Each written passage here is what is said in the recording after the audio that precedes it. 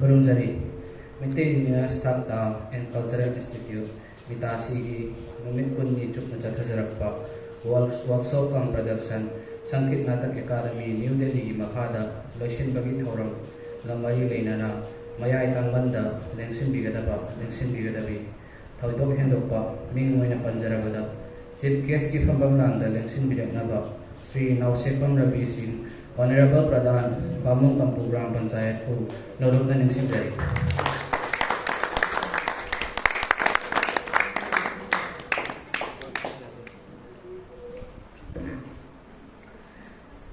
Ani Subada, Thangta Guru, Sri Kundrapam, Surchandra Meitei, Director Mutasibu, President Yu, Pamamlangda, Lekshin Biraknaba, Lorok na Ningsingjari.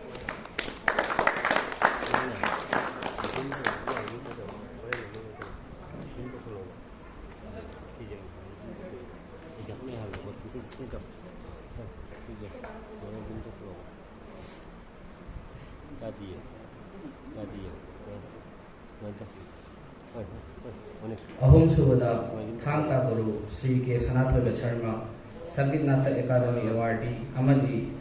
Srimati Punjabati Laisram, Principal, Punjabati Kids Foundation Kombabu, Guest of Honor, Gipabam Langda Lengsin Biraknaba, Nolok na Ningsingjari.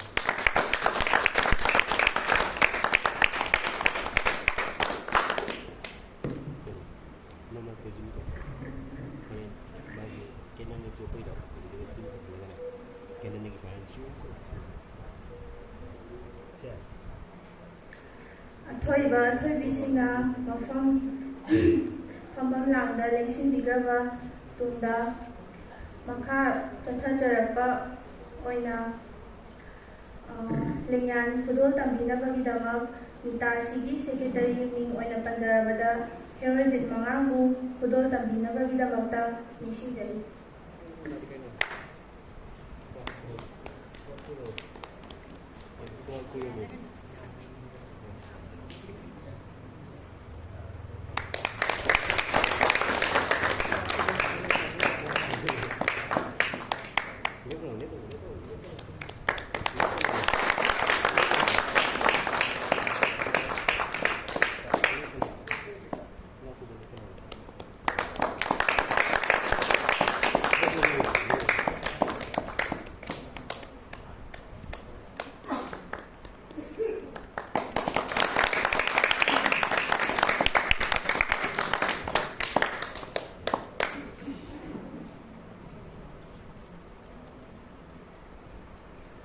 Makha sa Thajarako ina, Mayay Tangbal Lengsin Bidiba, Athoiba Athoibising na, Mayra Sukat Pinabagidamagta, Nolok na Ningsingjari.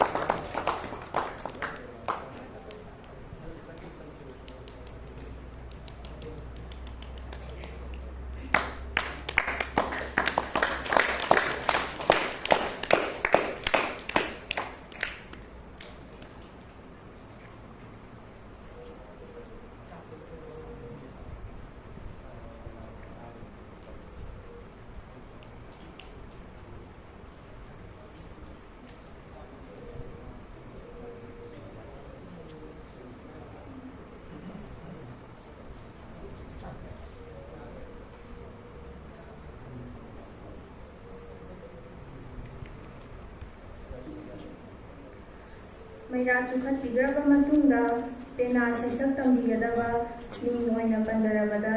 ꯑꯣꯖꯥ KSH ꯔꯦꯕꯥꯟꯕꯨ ꯀꯧꯈꯠꯆꯔꯤ꯫ ꯂꯣꯏꯅꯅ ꯂꯦꯡꯌꯥꯟ ꯈꯨꯗꯣꯜ ꯇꯝꯕꯤꯅꯕꯒꯤꯗꯃꯛꯇ ꯃꯤꯇꯥꯁꯤꯒꯤ secretary ꯃꯤꯡ ꯑꯣꯏꯅ ꯄꯟꯖꯔꯕꯗ Herojit ꯃꯉꯥꯡꯕꯨ ꯀꯧꯈꯠꯆꯔꯤ꯫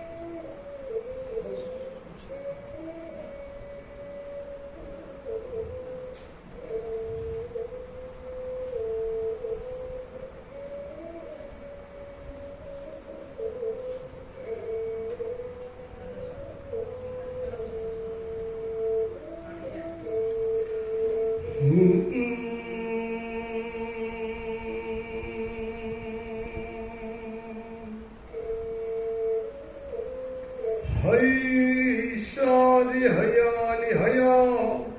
sadi hay hay iya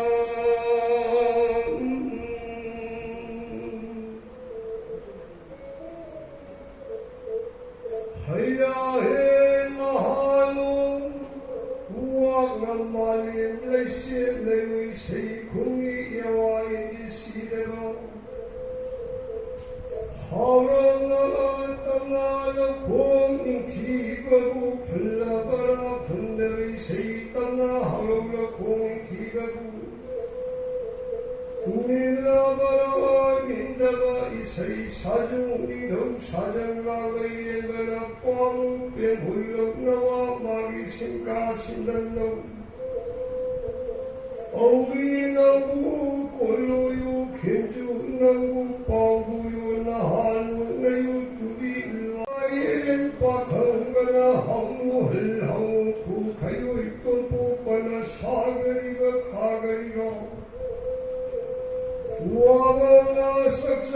땅의 가기나무 꾸민 가기 형네나 꾸와나 사요 우제미야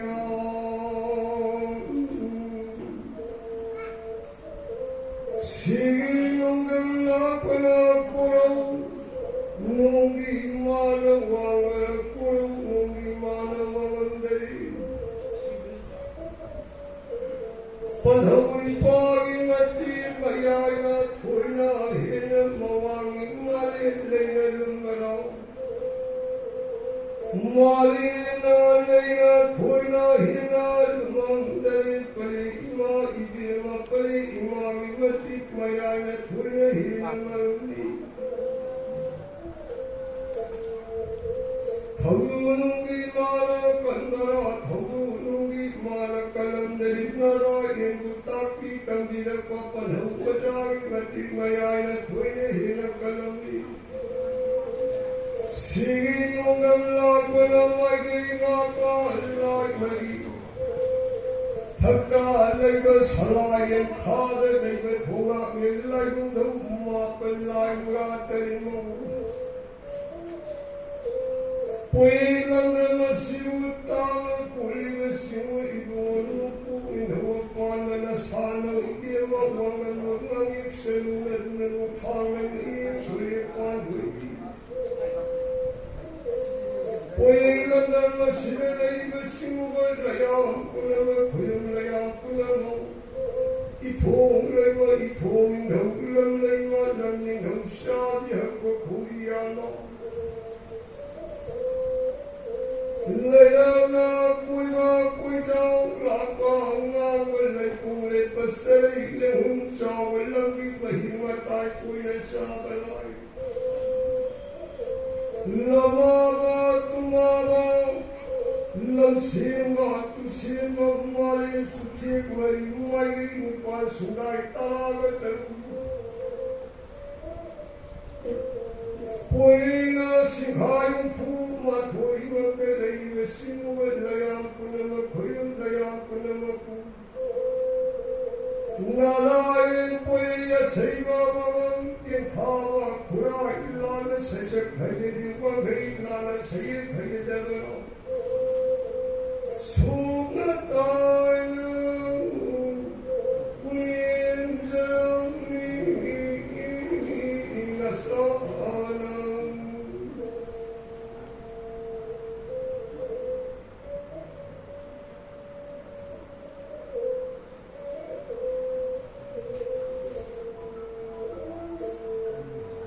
Sing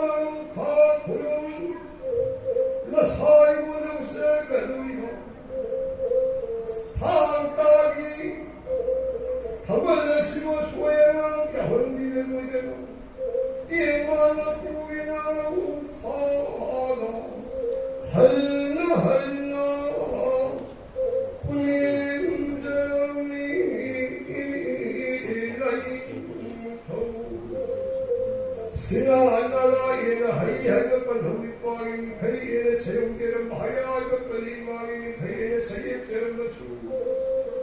tina sakhiya khojina tina hanjan jere sang sakhiya khojina sang hanjan jere ke hai sa de haya ni haya hayum hayum hayum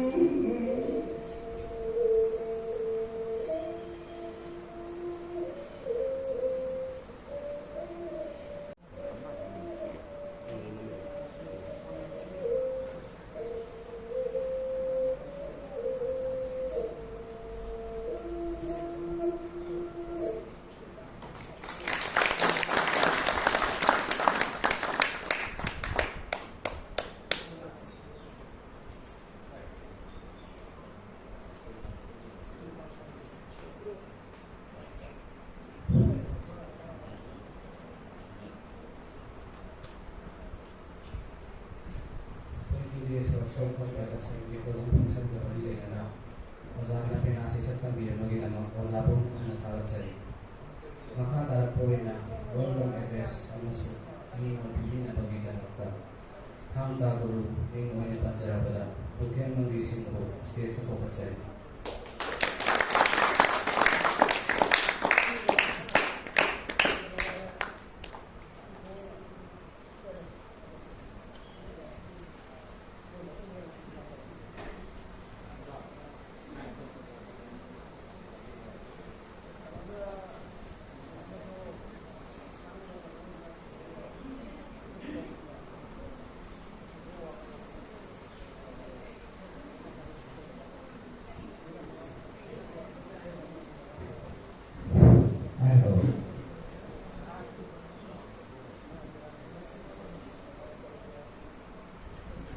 Sini wabiriwa kumba kete kaji imai bena patra dulu ahan bana keda iko no na kurangnya lana yasidi ta khau saroli baramda sangit naga ekamni makhala rozun function na to bidorba asidi makta mita sina bato kacharuba haijeruba anida koidi bamong dambo gram panchayat ke nokset pamare bibo norna kaibon go ucheri lena mita sidi president KS Zabosu Hanana Kaikon Cheri Achimba Gaya Kaito Pidana Matita Nikasidi Thompson Sibo Open Pana Yobi Nemeli Po Hanana Talachari Loinana Manipur State Kala Academy Amadi Sharinada Academy Award from Virava Yaya Po Maikiti Onhem Continue Yangirakwa Oyozaibo Chana Todobusu Asimba kaya orang kacau pidana program masih proses mengulo ini bagian dari bilik pagi demakta jadi mati mana nak thara cari loina oza idema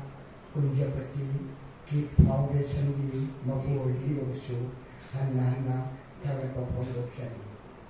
macam masih ta kau saba si matangnya mati kita hajar lagi malam di matam amada aikoina khangapudi wari pana mari kau sabai na lami masi konungi kwartan mahana kwartan musida pana mari si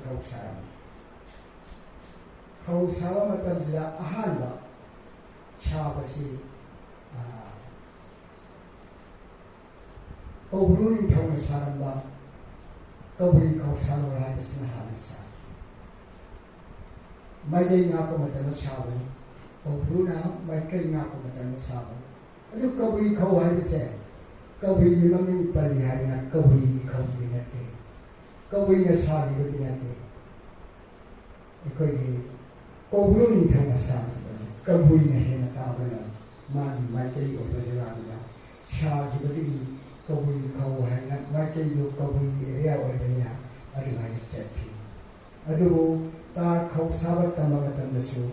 Kobuni Tanga Sharamba, Kawi Kau Sina Ihan Sabat Tamahogani. Ade Matangadi, and then Matangatan, Amanahan, Nera, Koya, and Motam Tuaya.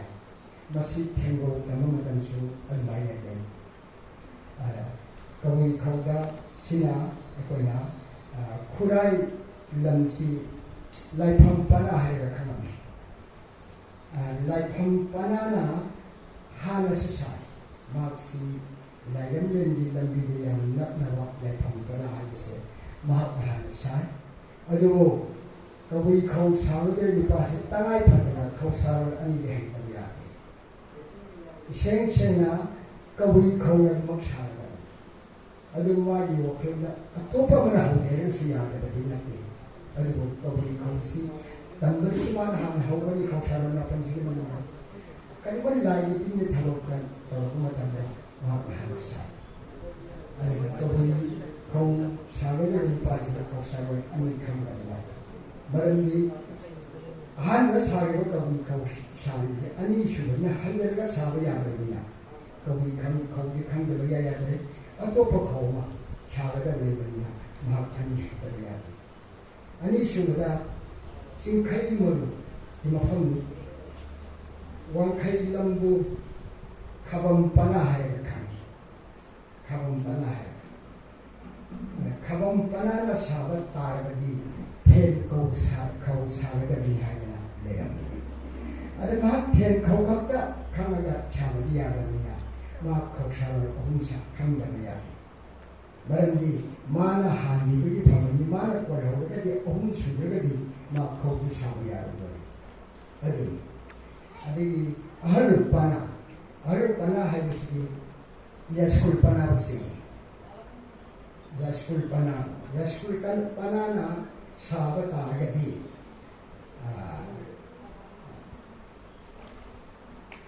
Maram Chowa. Kau Sagani, Maram Choba, Home Super Sagis, Maram Choba, Kau Sagani, Mahati, Kau Sharan Mari Padavia. Said Maria, Home Luxury Pasda, Kawi Dimasai Windaja, Atopa Limhoriba, Nipan, Kimanda, Home Padavia, Home Dimoga, Mamma Hana Sagadi, Sabah Hana Savia, Adumana, Kabam and Population and Wakay and Seven, and Marishu Bada, pretty quiet. I have a pilot, get 10 minutes in the local and you will get a quiet and say Marishu Pana. And Makoya Saba Targadi Panu Panma Heva, Koksari. Panu Paman Koksari, Aduna, Haida, a sea. Tambuli Quak Yatas, the Sam Shazawi, a cozy, Savanatanda, Quire, Okendo Maras, na class 8, Rasanya Asmida, Tamini Matamida, I Jay and Chazaki, Madida, and Quiri Oza, Oza, Mindy Panjaro, Live and Ravasina, Aidi Konunda Chambaya, Raman Karlay, Marini, the Puka Para Sidarakano. Kanai Ojan and Hamada, Purvasina, Shawnee, Hardy Matamoda, Ozahan, whom the woman Toki had, I was on the Libya. Aduna, my aim somebody Yarahana, La Pola Bosahana, Matandula, Nami Maramisi, Lay, Maximati, Matri, Matan Mongoda, Adi Ozana, and the Guruna, Puraga, and Zibori, Hanaga, Haiba. Kopi Kosi, I wanted Tambi, Aduna, a hand when I told Saki. Adusu, coming Chapa Pandragadi, high with the Tobiani Hiding, coming Chapa Bori Bahadi, among Tobi, Madu, Chama, I will see a table guy on the point, really young and Sumana, a table there, a Sasi, a shoe, when I went to my Toga, Boriki, and a coming Chapa, no hand in Tobi, Ayabuto. I don't know what you don't have. I don't know. I don't know. The Kausabasi, Sanction, Entertainment program, the money was super for a happy, sanction of the ta thang đi đi hiện na đại nam lên là đại cái phần lên lúc xịt ta này hiện ta đây yang này lấy bạc xin lấy bạc thu đại đi lấy bạc ta xin đi tapi mai áo mà mình toa này thang số thì mới lấy ta đi ngay đi rồi thang đi ta này khai hiện na yang na đây bộ mình tàu cái gì mấy cái ngọc cái gì mình là anh mà là chả cái đó nộp bao gì anh say anh mới nộp cái này cái gì công vụ na mấy cái ngọc cũng mà là cái gì cái nó xí xài cái gì không xí xài anh ấy số ra cái gì cái sai đi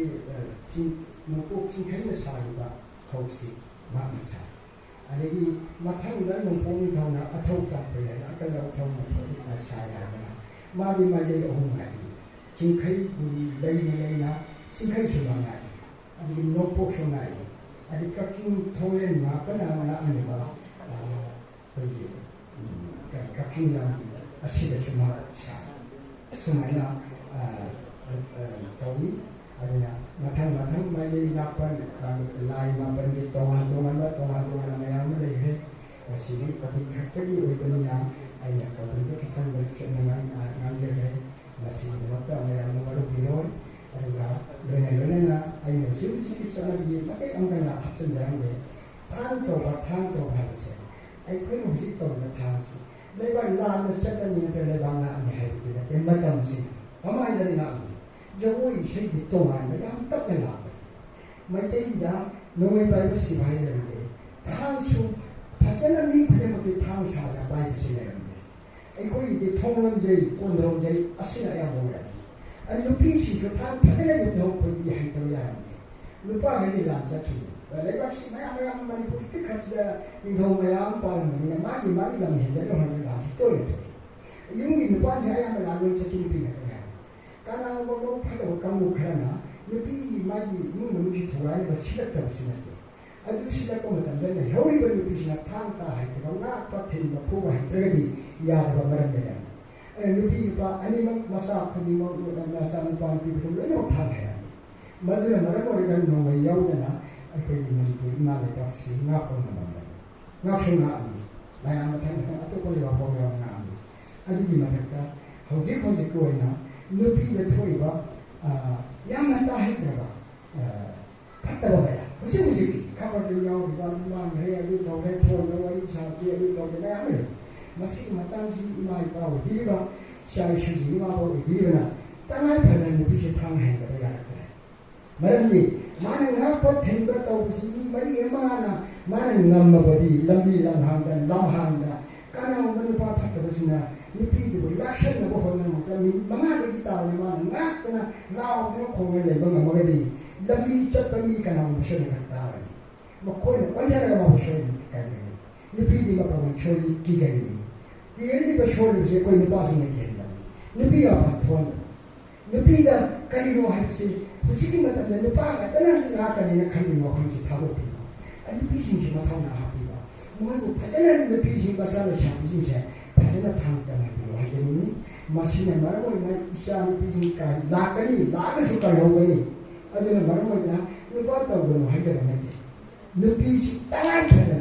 pambil ayam nampak sini nabi sungguh pasal itu pun mengenal yang berbeda ini mana kita kan nak mengenal dan lari ke kota-kota tahun ini dari sini padi meruli dari sini lambi ini mungkin nasi lagi ni orang ini adubo nau pai sekolah ini thane kalau ni orang ini ayat ini hidup nanti kau ikraman tu ni ada ending muncul di sekolah ini cai sambil menunggu ini essential hai tu kami sini ilai rawani masih syuan dah sebuah hai perahai kita hai pada mata mesti kau tiba yang ada pada macam essential kini boleh lagi ini macam sini lagi Thailand kuma Sanjira kuma kuji ano wala pula gun mohor kuma le masih sekali hawa pun ada hawa pangan ni hawa masih ikan ada yang sekali itu ni apa ya mereka sangat apa ya mamona kandar orang kandar makok kaya berturakan dia kalau kandar mati itu pajak ini Sumber akan ngakani pulo to pani ma pani mo fu waham thalupi pulo bani ya ter ko padi mo sinama julai ga ne pa mo ko ma wona pa so da sum sum ana yarga di shalupi ne pa punna ai ko di mang ke tarwa dan jiju kal hawa ai cha shu masana masapu kan jabe ya ba sumba thang tagi chanabi sidan ka chat bibar su ya phajin hena yawa khoi sei chei not changi ta dona ojao hu khoramba maya mo khoramba si loinari mana ko posi si shodi ni hinga kan aduna ya ga di isha shu chi thang sida pasha phangani tolo phangani uji chele ba srame oja kan ya private le sarkar yi thokri adu na ta ba akoi culture kan da thang lo si cha lu bi lo ba sida phajana ta pi ga ta so yi na ti hinga ya ta tha lo le matang se le shen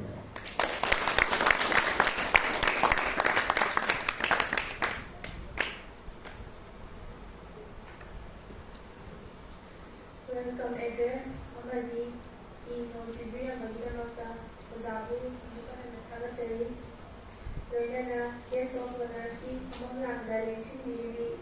Srimati Kunjavati Laishram Principal Kunjavati Kids Foundation Komodu function asiga mari lenana wai khara thamginabaidamakta isinjai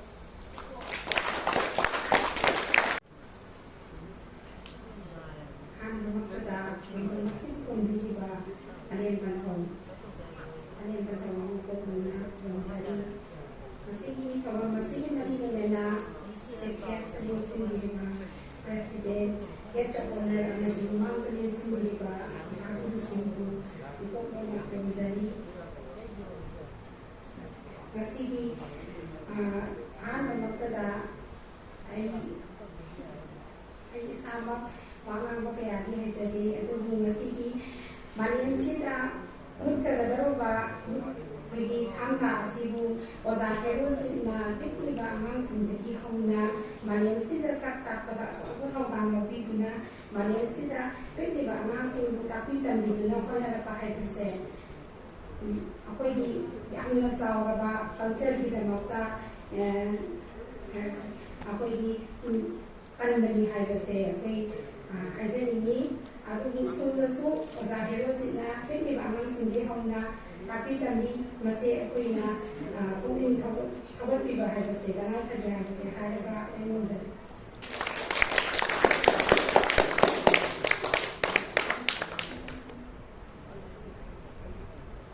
20 days workshop production की project function में ले जाना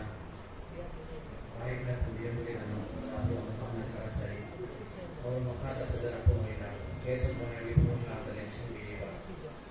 अंतर्गत श्री के साथ में लोग शर्मा संगीत अकादमी अवार्ड project function से नहीं ले जाना वही करे तो हम भी सिंसे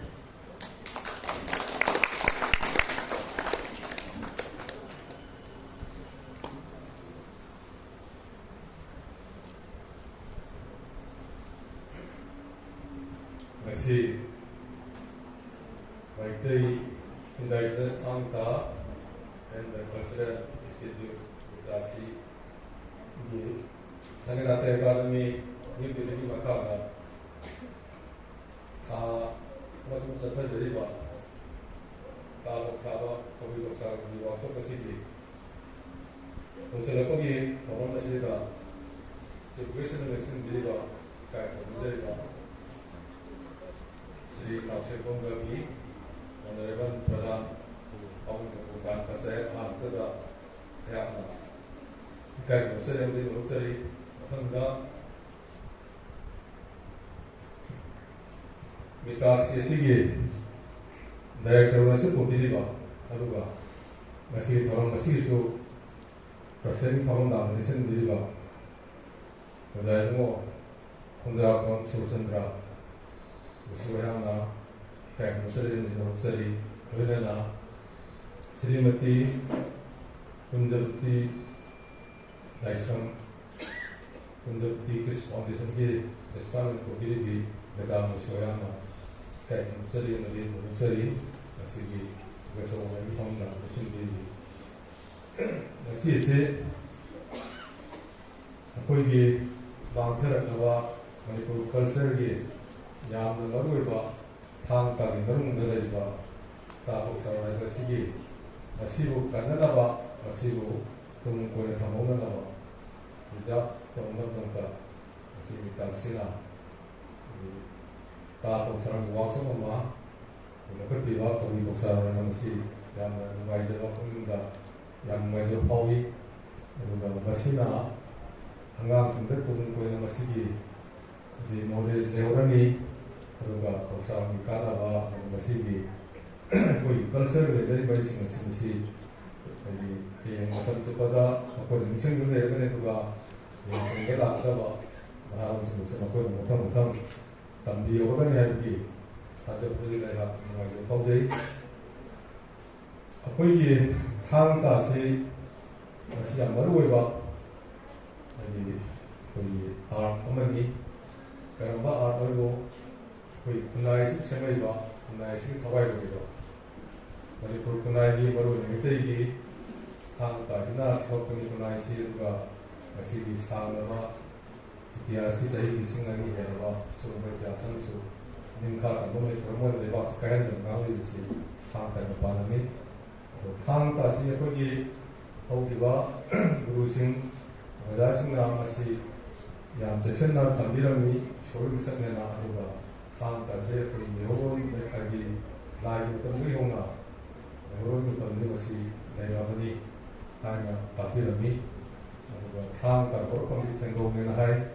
ꯊꯦꯡꯒꯧꯁꯤ ꯑꯩꯈꯣꯏ ꯂꯣꯏꯅ ꯊꯦꯡꯒꯧꯅ ꯍꯥꯏꯅꯩ ꯑꯗꯨ ꯊꯦꯡꯒꯧꯁꯤ ꯀꯔꯤꯅꯣ ꯍꯥꯏꯕꯗ ꯃꯁꯤꯒꯤ ꯀꯩꯅꯣꯁꯤ ꯑꯩꯈꯣꯏꯒꯤ ꯇꯥꯏꯕꯪꯄꯥꯟꯁꯤ ꯍꯦꯛ ꯍꯧꯔꯛꯄꯗ ꯀꯔꯤꯝꯇ ꯂꯩꯇ꯭ꯔꯤꯉꯩ ꯑꯍꯥꯟꯕꯁꯤꯗꯒꯤ ꯍꯧꯔꯒ ꯑꯍꯥꯟꯕꯗ ꯍꯥꯏꯗꯤ ꯌꯥꯏꯕꯤꯔꯦꯟ ꯁꯤꯗꯕ ꯍꯥꯏꯇꯥꯔꯦ ꯑꯇꯤꯡ ꯀꯣꯡꯕꯅ ꯁꯤꯗꯕ ꯍꯥꯏꯅ ꯑꯩꯈꯣꯏꯅ ꯑꯍꯣꯡ ꯑꯣꯏꯕ ꯑꯃꯈꯛ ꯂꯩꯔꯝꯃꯤ ꯏꯁꯣꯔ ꯑꯃꯈꯛ ꯃꯉꯣꯟꯗ ꯇꯥꯏꯕꯪꯄꯥꯟ ꯁꯤꯃꯛꯄꯅꯤ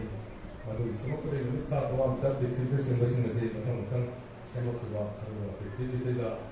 ꯖꯤ ꯄꯥꯟꯕ ꯃꯤꯑꯣꯏꯕ ꯈꯨꯟꯗꯥꯕ ꯌꯥꯕ ꯎ ꯋꯥ ꯅꯥꯄꯤ ꯁꯤꯡꯕꯤ ꯆꯤꯡ ꯃꯥꯟ ꯄꯥꯠ ꯂꯩꯔꯤꯕ ꯃꯁꯤ ꯁꯦꯝꯈꯤꯕꯒꯤ ꯂꯥꯏꯁꯤꯡꯅ ꯁꯦꯝꯈꯤꯕꯒꯤ ꯃꯗꯨꯒꯤꯗꯨꯅꯤ ꯃꯗꯨꯒꯤ ꯈꯣꯡꯂꯣꯟ ꯈꯣꯜꯂꯣꯟ ꯃꯗꯨꯒꯤ ꯃꯨꯞꯃꯦꯟ ꯃꯗꯨꯅꯤ ꯑꯩꯈꯣꯏꯅ ꯊꯦꯡꯒꯧꯅ ꯂꯧꯔꯤꯁꯤ ꯑꯗꯨ ꯃꯥꯒꯤ ꯊꯦꯡꯒꯧꯒꯤ ꯃꯥꯒꯤ ꯃꯈꯜ ꯌꯥꯝ ꯌꯥꯝꯃꯤ ꯊꯦꯡꯒꯧꯒꯤ ꯊꯦꯡꯒꯧ 9 ꯂꯩꯅ ꯍꯥꯏ ꯑꯗꯨꯒꯤ ꯃꯅꯨꯡꯗ ꯊꯦꯡꯒꯧ 7 ꯑꯃꯗꯤ ꯂꯩꯁꯦꯟꯗ ꯊꯣꯛꯈꯤꯕ ꯂꯥꯏꯔꯝꯂꯦꯟꯒꯤ ꯊꯦꯡꯒꯧꯅꯤ ꯑꯗꯨꯒ ꯀꯣꯛꯆꯥꯔꯣꯜ ꯍꯥꯏꯕꯁꯤꯁꯨ ꯊꯦꯡꯒꯧꯒꯤ ꯃꯁꯥ ꯑꯃꯅꯤ ꯊꯦꯡꯒꯧꯒꯤ ꯈꯣꯡꯂꯣꯟ ꯈꯣꯜꯂꯣꯟ ꯃꯗꯨ ꯂꯧꯔꯒ ꯃꯩꯇꯩ ꯉꯥꯛꯄ ꯂꯥꯏꯁꯤꯡꯅ ꯁꯥꯔꯝꯕ ꯉꯁꯥꯏꯒꯤ ꯇꯥꯝꯒꯤ ꯄꯥꯝꯕꯤꯔꯝꯃꯦ ꯁꯨꯃꯥꯏꯅ ꯇꯧꯕ ꯉꯁꯥꯏꯒꯤ ꯃꯩꯇꯩ ꯉꯥꯛꯄ ꯂꯥꯏꯁꯤꯡꯅ ꯁꯥꯈꯤꯕ ꯀꯣꯛꯆꯥꯔꯣꯜꯁꯤ ꯑꯗꯨꯒ ꯉꯁꯥꯏꯒꯤ ꯀꯣꯛꯆꯥꯔꯣꯜ ꯑꯁꯤꯁꯨ ꯃꯁꯤꯡꯁꯤ ꯑꯗꯨꯝ 9 ꯍꯦꯟꯅ ꯂꯩ ꯑꯗꯨꯒꯤ ꯃꯅꯨꯡꯗ ꯑꯩꯈꯣꯏ ꯂꯥꯏꯔꯣꯟ ꯀꯣꯛꯆꯥꯔꯣꯜ ꯍꯥꯏꯅ ꯀꯣꯛꯆꯥꯔꯣꯜꯁꯤ 9ꯅꯤ ꯂꯩꯔꯤꯁꯤ ꯀꯣꯛꯆꯥꯔꯣꯜ 9ꯗ ꯌꯥꯎꯔꯤꯁꯤ ꯀꯧꯕꯤ ꯀꯧꯁꯥ ꯉꯁꯥꯏ ꯇꯝꯕꯗꯁꯨ ꯑꯍꯥꯟꯕ ꯇꯝꯒꯗꯕꯅꯤꯅ ꯑꯩꯈꯣꯏꯒꯤ ꯇꯥꯝꯅ ꯇꯝꯕꯤꯔꯝꯕ ꯑꯗꯨꯒ ꯀꯧꯕꯤ ꯃꯇꯨꯡꯗ ꯃꯔꯥꯝ ꯁꯦꯠꯄ ꯑꯗꯩ ꯃꯔꯥꯝ ꯆꯧ ꯀꯣꯛꯁꯥ ꯃꯔꯥꯝ ꯃꯆꯥ ꯑꯗꯒꯤ ꯑꯊꯧ ꯑꯃꯁꯨꯡ ꯇꯥꯡꯈꯨꯜ ꯀꯣꯛꯁꯥ ꯊꯦꯜ ꯀꯣꯛꯁꯥ ꯑꯗꯒꯤ ꯈꯨꯟꯖꯥꯎ ꯑꯆꯧꯕ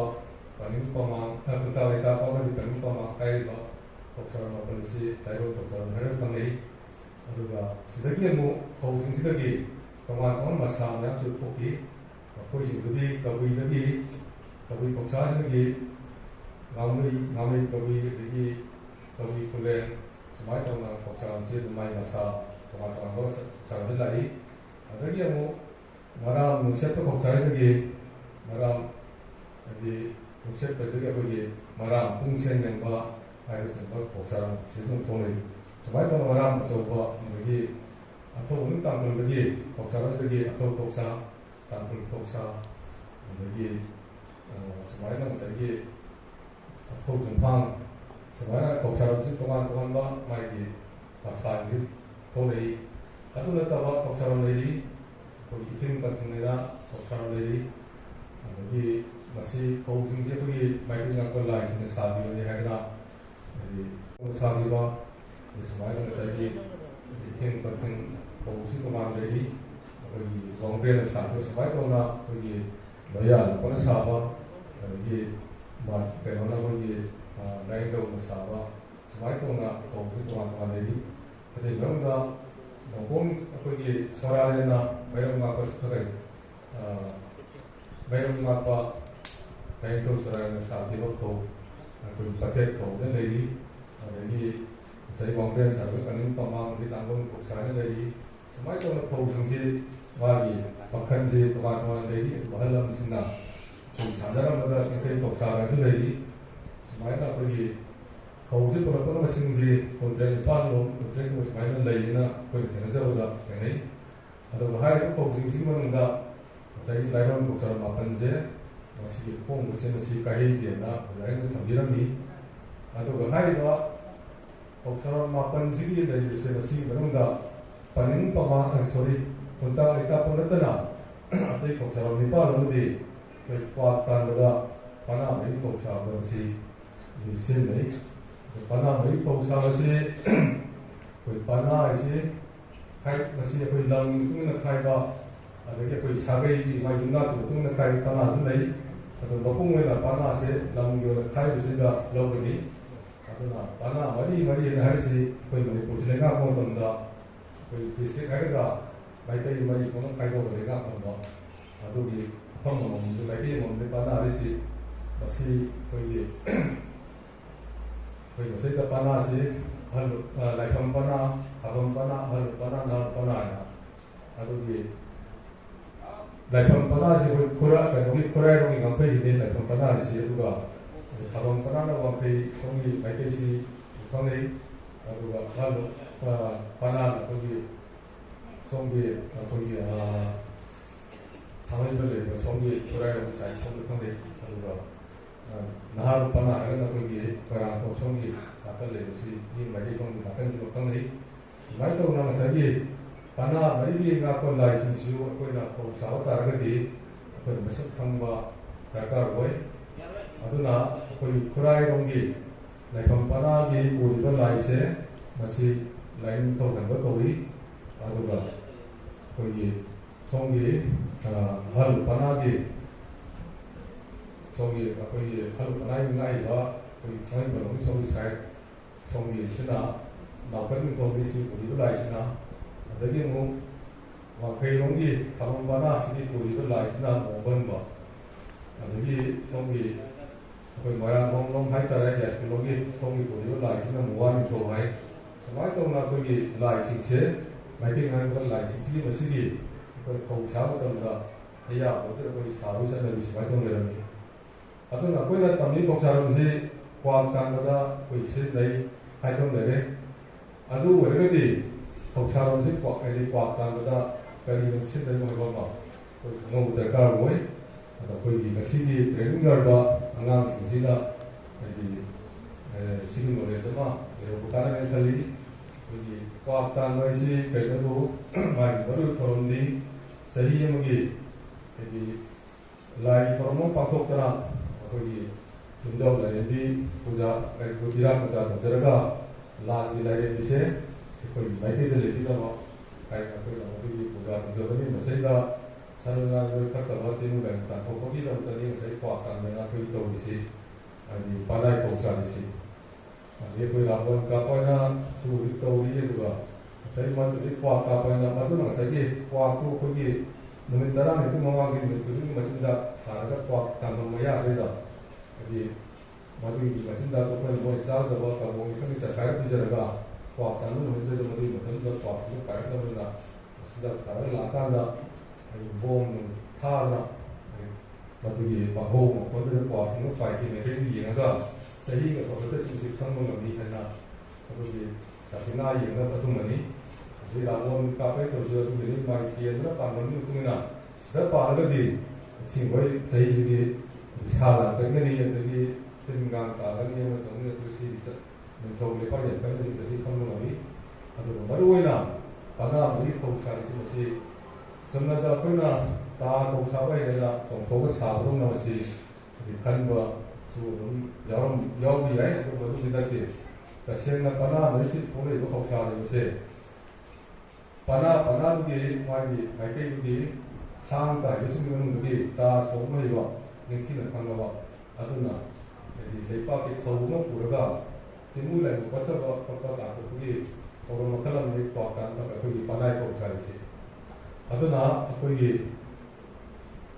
soibi ataba masih lagi atau masih dugi aku wah tanda taba thabro wali ngedegi masih lepas di bajar sing thang itu sing pokala mungkin masih aku di sana aku yendam dengan aku tahu satu aku panah ini saya masih pokala bajar thang itu bajar sing mawanda tahu semua mereka tahu kupai jadi sung itu kupai ada di saatnya ada kolon magi kalau sungsi taksi kasih tahu lebar sungsi cumi dia si udah semua tu ada lihat ni kogi jendam banyak tu isi ada ita kerumah ada jom tu isi nak hilang terjadi baik kalau si dua kota ada juga hong kong sekarang dia also si sendal bah kan tu sendal kan ada jadi ni thong yang mana thong tu dah lepas tengok motor tu lakan dah kia tu dah thong dia deh ada nak dia dah kau sahaja tu hong je tu mereka sana je suongisi aduh saya kongjana itu kita kita tengah betul betul tahu mesti tahu orang berhayat tahu betul pergi singa bah itu tengah betul dah India singa betul lah tahu pergi aku pergi aduh dalam ni aduh orang boleh nak kong pergi pria sebenarnya dia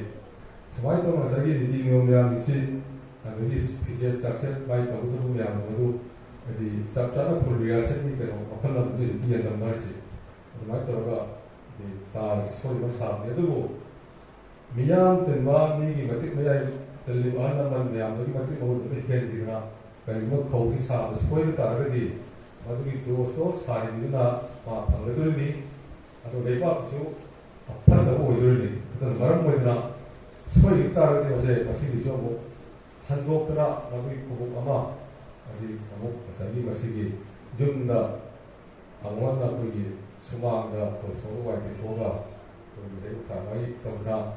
soal ni jeraga, soal kami juga anda tu kopi wena, hotel juga semua cara dia sulai, macam mana kita sekarang bawa yang mana kita wana tu kopi nama itu, atau baik tahu dia tu betul tu nama itu, kau sahaja se, yang section aku mesti soal nama itu masih, orang itu tambah, dah semua sendiri yang masih, yang cara dia macam tu juga tahu dia nama itu ni. Aduh, ni kalau singsi, aduh yang mesti aduh ya, betul itu kan, aduh suka berjaga away. Lepas kita tahu orang apa betul si masih di daito logo semua mereka, mahu di, ayat daito logo dia mahu di dasar logo dia ambil, jadi saya kopi nama ina, sah tambah ina, jadi tahu sahaja kan dah pergi. orang cara jaga apa tu susah koi dah, orang mandi dah, semua itu bisa kangga, ahli kerja, yang berlebih orang tu ita dah, baru barang tu orang pergi, sah kangga cara itu leram itu sudah lagi, baru sudah untuk apa ni, ada yang semua macam itu lagi, tak siapa ipanai kau sarang tu dah laga, dah pergi, thongga dah kita sangat itu terus sangat dia, jadi 통과하는 보다 하여는 그도 와해 의용나 여러가는 우리 정말 타라가 원인 의사가 내가 저 자신나 답비로 소리소 많이 농기로 내가 레이 하이 유싱세시 약이나 다 처럼 제시 담보던가 뭐시기 그 시치 내가디 아이고 포스트도 로그니 하고 근데 내가 좀 되는시 그래도 그 아이고기 남담지기 거의 탕 다시 한번 머루고 넣으리가 맛있거리기로 하고 아코이 할라는 직세 소리하고 다져도 소리나 생각나 아니 라빠도 뭐 할라는 직세나 자기 소리 다져들으니 아코이나 아니 내빠기 남으시고 공감이가 아니 하이에 같은 거 보고 좀 보는 디네는 칸 공감이가 아들나 자기 하다기 혹시다 아이 내빠기 어떤 거 토르시고 있으면 스가가니 같은 거 보고마다 그거는 미야미 세와 좀 이렇게 들어도 이렇게 하는 게 간 시험이 야마 maksudnya lagi halam sila. Ada yang waktu pemana tangta dan berbeda. Jadi lepas kan ada apa desa berbeda apa. Ada lagi sama lagi maksudnya taksi kasih halam di lepas di maka tahun dua ribu berapa. Ada lagi sahaja di moren kita masih sepak ada apa tu apa si mayang jauh tamini ada barang mereka 아이 통나 아이 방변 아이 그것이 세계로 어떤 다 이 상다도 우리가 보이도 낭비하게 보이도 낭비도 내려래 여기 아som 색판거다보니 아두가 아소나나 따라서 뭉치되거다보니 하는 점과 레이바기 이레이바기수 그리 뭉치가 그리 레거다보니 하는 점과기 이걸 배안 거이래 스마이터나 탕다 이다 여기 거기서 라이트니 와리가 사고나 짝빠도가 그 탕까지 아기 아두는 여기 나이 세우던다 시 탕까지 여기 다시 거기 미국을 타나와 그나 있어다로 타나라고 올라이지 거기나 포크들이 이반 타오다 한국은 탕자위 딜라이 토론은 또보다 미국에는 다이다보다 여기 미시 여기 이 사스카르도보다 거의 탕자위 스마이터가 라이하라보다 탕신들이 스마이터 탕까지 거기 산다비에 거기 되면서다 탕하다 스마이터가 나와 아고 뭐니 아도나 कोई नाइसेदा यदि कोई भी जाति से मसे मतम साना कोई लिंगा तम लागोदा कोई हल्लम लाइ सिना थांग दा से स्पोर्टनी याना लापना यदि पिट्रो कोदोला लिंगा थांग दा दिन मरु थपगा दे लान सनो मिसी अदुगी अदु हो थोना लिंगे लेरंबा मदु लेबांगा बा यदि सा कई सिंबा थेंनाबदा अदुगी सीनो किदा होनन म्यामदो अदु 그놈이 서울 센터니까 드라마 같은 것들이 거의 바로 시 하나하나 곳이 브리티스고 내기 막하다는 것들이 거의 강다세 것이 담문이 것이 굉장히라 그래서 그날 너보다 브리티스가 것이 받아나가 너희는 너 두개 가고 생각 남처럼 탑니가 정말 또 탐다 했던 거지 않다는 그게 거의 한람은 여기 브리티스는 가담 비랑 같은 시기 같습니다 거의 마음을 주다 내가 뭐 모르시지나 마땅히 반가이신 기시에 여기 공전 나선전라고 디저가 탕가시 먹거나 마시 내가기 양으로 희야이 마시 내가 빠진 석다 그걸 이번에 보시하는 동안 거기다 탕가시기 본인시 이 동거를 통로바나 거기 걸스는 이스테이트 해가 그들이 스마이토가 상타스나는 무슨 시험가 항상 인생을 탕가 했던 이런 거 그리고 마시 걸스는 이렇게 넘어오나 여기 걸스는 마사가만 마시 여기 비트리노 색깔 살피려니 따수따이니 거기 탕다시 거기 바보는 아까거나 비트리노 색깔이 여기 이하나 거기 하루가 무식이 맞다는 거로래 여기 마시 레이저는 나클라보다 스포츠수 탕다시 마시 여기 테로이야 무슨 것이다 그러나 탕다기 나는 여의와 그 세비 분하고 시스포는 무슨 나가 시기 기행적인 시 어서가 스포는 것이 무슨 강나 탕 거기 스포트 대모의 것이 더리 아주 어거야 뭐로 보이지 스포는 서치는 거는 그 탕다시 불을 리뷰를 또 위하고 탕다지 그 떨서리 뭐상이 거기 나니 그 나시 보시오니 아주가 거기 힘이 시가 어디 것이 따뜻하게 하다가 너무 로마기 바로 그야말로 바로 마치 걸스리 뭔가 마치 탕다시 너무 내그럼이 그러다 거기 탕다시 그 자도가 내용내도가 마치 탕다에 누군 좀 마음을 와이트시 감정이 아로에보다 거기 마치 독다 복사람들이 거기 복사람들 와서시 어떤 여러 건강신지나 거기 남들도 생각해 마치 야물 섹션나 다무 뭐 자들의 보통 속으로 그걸 담바가 담는수 포크가 핸드나 아시엔 뭐 담무 아고가 담바를 해서 뭐 무슨 기도나 여러가 마세가 소시나 그게 더 그런가 에디 시 많은 것이 야오리 지나 세대바기 잡는 거 그저 정나봐 나이 정나봐 에디 거기 내가다 과다를 소고도 많이나 거기 마땅 잡던 이름도서 아이 그 몸이 잡던 나봐 아이 그 너무 담들까 다나비 혼을 건다 서울에서 라이브러리를 사람에서 서울 문제가 그거나 법무부 비라 비바 그런 비가나 사실 그 사비하고 아마니 서울 승시 국내과 강원도나 사라져도 던다 사라도 남거니 남모에 다행하다 파도 빼고 다행하다 파도와 사도 같이 문장을 많이 파는 거다 그리고 그이 파라고기 원하는 것이 많이 장면이 빠져나가 또 무슨 나무다 파가 아예 같은 거 좋아하기 더워야 되는 것만 그냥 사도 파기 ꯆꯠꯅꯕꯤꯁꯨ ꯂꯩꯕꯅꯤ ꯁꯨꯃꯥꯏꯅ ꯇꯧꯅ ꯍꯥꯏꯗꯤ ꯑꯩꯈꯣꯏ ꯅꯤꯡꯊꯧꯒꯤ ꯄꯥꯜꯂꯛꯇꯕ ꯅꯤꯡꯊꯧꯅ ꯑꯇꯣꯞꯄ ꯂꯩꯕꯥꯛ ꯑꯃꯗ ꯍꯥꯏꯗꯤ ꯗꯨꯠ ꯑꯣꯏꯅ ꯊꯥꯗꯅ ꯍꯥꯏꯇꯥꯔꯦ ꯑꯩꯈꯣꯏꯒꯤ ꯄꯥꯎꯃꯤ ꯑꯣꯏꯅ ꯊꯥꯗꯅ ꯀꯩꯅꯣ ꯊꯥ ꯃꯇꯝꯗ ꯍꯥꯏꯗꯤ ꯃꯗꯨꯒꯤ ꯉꯝꯕꯗꯤ ꯉꯝꯃꯣꯏ ꯍꯥꯏꯔꯤꯕ ꯁꯥꯊꯤꯗꯥꯏ ꯅꯪꯒꯤ ꯁꯥꯕ ꯐꯧ ꯑꯗꯒꯤ ꯈꯨꯜ ꯑꯃ ꯊꯨꯒꯥꯏꯅꯕ ꯈꯨꯜ ꯑꯃ ꯍꯥꯏꯗꯤ ꯆꯥꯎꯈꯠꯅꯕꯗ ꯍꯥꯏꯗꯤ ꯏꯔꯥꯠ ꯄꯨꯖꯥ ꯑꯩꯈꯣꯏꯒꯤ ꯇꯣꯉꯥꯟꯕ ꯃꯥꯒꯤ ꯋꯥꯍꯩ ꯀꯩꯅꯣ ꯂꯥꯏꯔꯣꯟ ꯇꯤꯔꯣꯟ ꯌꯥꯎꯅ ꯑꯩꯈꯣꯏ ꯐꯧꯁꯤ ꯁꯥꯔꯒ ꯆꯠꯅꯕꯤ ꯀ꯭ꯋꯥ ꯇꯥꯡꯉꯣꯟꯗꯅ ꯑꯩꯈꯣꯏꯒꯤ ꯇꯣꯉꯥꯟꯕꯁꯨ ꯂꯩꯔꯤ ꯑꯗꯨꯅ ꯐꯧꯁꯦ ꯃꯔꯨ ꯑꯣꯏꯅ ꯑꯩꯈꯣꯏꯒꯤ ꯍꯥꯏꯗꯤ ꯊꯝꯕꯤꯔꯝꯕ ꯂꯥꯏ ꯍꯥꯛꯇꯛꯇ ꯂꯩꯔꯕ ꯑꯗꯨꯒꯨꯝꯕ ꯀꯩꯅꯣꯅꯤ ꯑꯩꯈꯣꯏꯒꯤ ꯐꯣꯟ ꯇꯤꯔꯣꯟꯅꯤ ꯍꯥꯏꯕ ꯋꯥꯈꯜꯁꯤ ꯊꯝꯃꯒ ꯃꯁꯦ ꯌꯥꯝꯅ ꯅꯤꯡꯊꯤꯅ ꯁꯤꯖꯤꯟꯅꯅꯕ ꯍꯥꯏꯅ ꯑꯩꯈꯣꯏ ꯑꯉꯥꯡꯗꯁꯨ ꯍꯥꯏꯅꯤꯡꯉꯤ ꯋꯥꯍꯩ ꯈꯔ ꯍꯥꯏꯔꯒ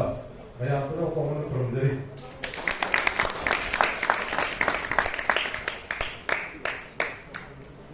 20 days workshop production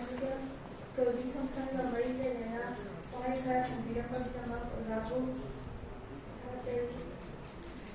Toinana Maya Tango the Chief Guest Human Land Election Viva Mingoina Panjarabada Sri Naushepan Rabi Singh Honorable Pradhan Baman Bambu Gram Panchayat function asiga mari lena wahai khara thambiramba bidama thambina bidama tabisi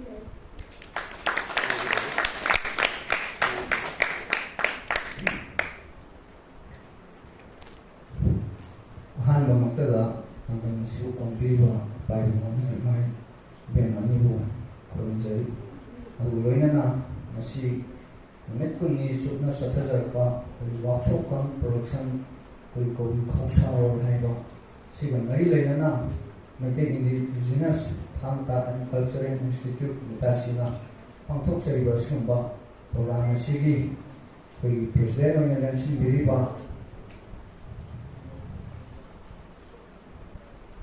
ꯑꯩꯈꯣꯏꯒꯤ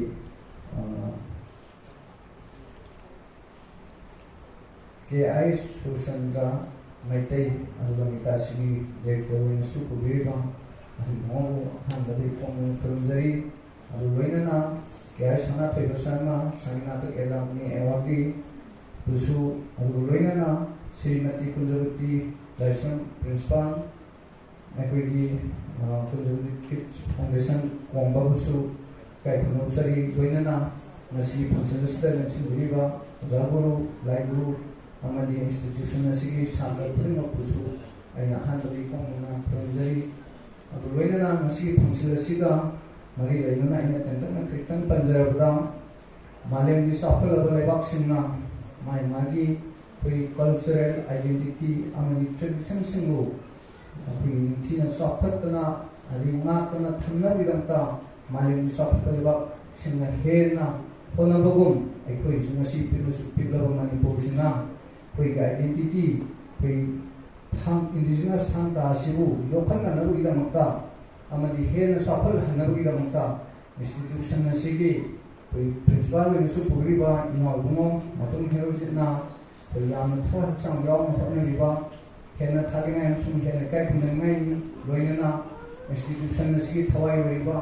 छात्र छात्रीसिंना कोई institution नसि थवाय याव मफनरिबा मसि सु कोई एबा जाति एसिगी मालियम ने काय खुनरिबा अदुनबा कोई पिलस पिनो मालियम सबकाय बसिबु कोई हेर सफन मफन रिबा मवेना सात्रसिंगनि यामना कोई पुनिंग चिंचिनाय ओरिबसि अगाइना थोरोंना तै सिगिलमसिदा थोरोंना खंगना पलुद्रगसु आइना नमजबा आइना तौबा पामजबे याबा मतें हायगदि इंस्टीट्यूशन सिगी प्री डायरेक्टर पुरिबा प्रीतकामदि इंस्टीट्यूशन सि प्रिंसिपलना कोई इंस्टीट्यूशन सिगी नाकदे लेबा कोई केंथगी गदोरबा कोई मागी वाल सिगा ताइना लेबा कोई नाला कोई केनेल सिगी रिटर्निंग वाल मखक हाइबसि नसि ममांग सोइना नसिगी लेआउट प्लान अमा सेंबिरगा नसि डायरेक्शन द लोइना कोई लोकल एमएल द सोइना अदुंबा रिपोर्ट अमा सबमिट तोबिरगा सोराप रबि एस्टिमेट अमा साबिरगा नसि इंस्टीट्यूशन नसि फजना संग सापि नंगा रोम सम काय तोइदना नबगिदा मक्ता कोइना अदुंबा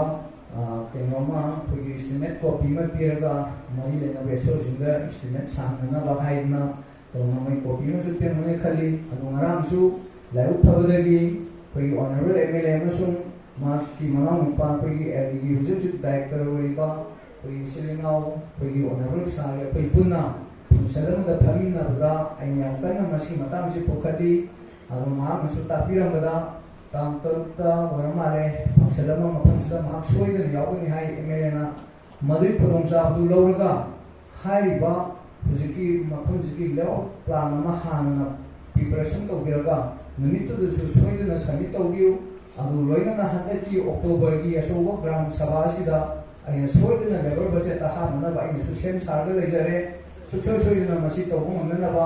ꯑꯃꯗꯒꯤ ꯑꯣꯏꯔꯣ ꯐꯤꯜ ꯑꯃꯗꯒꯤ ꯑꯣꯏꯔꯁꯨ MLAꯅ ꯄꯥꯏꯈꯠꯄ ꯑꯣꯏꯔꯁꯨ ꯄ꯭ꯔꯙꯥꯟꯅ ꯄꯥꯏꯈꯠꯄ ꯑꯣꯏꯔꯁꯨ ꯖꯤꯂꯥ ꯄꯔꯤꯁꯗꯅ ꯄꯥꯏꯈꯠꯄ ꯑꯣꯏꯔꯁꯨ ꯑꯩꯈꯣꯏꯒꯤ ꯂꯦꯕꯔ ꯕꯖꯦꯠꯇ ꯑꯩꯈꯣꯏꯒꯤ ꯁꯤꯒꯨꯝꯕ ꯀꯝꯃꯨꯅꯤꯇꯤꯒꯤ ꯑꯣꯏꯕ ꯋꯥꯛꯁꯤꯡꯁꯤꯗꯤ ꯀꯥꯜꯂꯒ ꯆꯠꯄ ꯌꯥꯕ ꯅꯠꯇꯦ ꯄ꯭ꯔꯥꯏꯌꯣꯔꯤꯇꯤ ꯃꯣꯏꯗ ꯍꯥꯟꯅ ꯄꯤꯒꯗꯕꯅꯤ ꯑꯗꯨꯅ ꯁꯤꯒꯨꯝꯕ ꯑꯩꯈꯣꯏꯒꯤ ꯏꯟꯁꯇꯤꯇ꯭ꯌꯨꯁꯟ ꯑꯁꯤꯕꯨ ꯀꯟꯅꯕꯒꯤꯗꯃꯛꯇ ꯄ꯭ꯔꯣꯒ꯭ꯔꯥꯝꯗ ꯑꯩꯅ ꯌꯥꯝꯅ ꯄ꯭ꯔꯥꯏꯌꯣꯔꯤꯇꯤ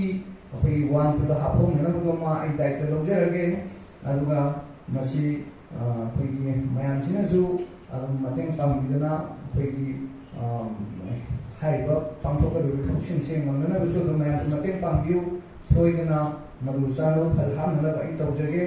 ꯑꯗꯣ ꯑꯩ ꯃꯁꯤ ꯈꯛꯇꯪ ꯍꯥꯏꯔꯒ ꯏꯟꯁꯇꯤꯇ꯭ꯌꯨꯁꯟꯁꯤꯕꯨ ꯍꯦꯟꯅ ꯆꯥꯎꯈꯠꯅꯕ ꯁꯥꯇ꯭ꯔꯁꯤꯡꯅꯁꯨ ꯊꯋꯥꯏ ꯌꯥꯎꯅ ꯍꯣꯠꯅꯕꯤꯌꯨ ꯑꯗꯨꯒ ꯏꯟꯁꯇꯤꯇ꯭ꯌꯨꯁꯟ ꯑꯁꯤꯒꯤ ꯄ꯭ꯔꯤꯟꯁꯤꯄꯥꯜ ꯑꯣꯏꯕꯤꯕ ꯑꯃꯗꯤ ꯗꯥꯏꯔꯦꯛꯇꯔ ꯑꯣꯏꯕꯤꯕ ꯑꯩꯈꯣꯏ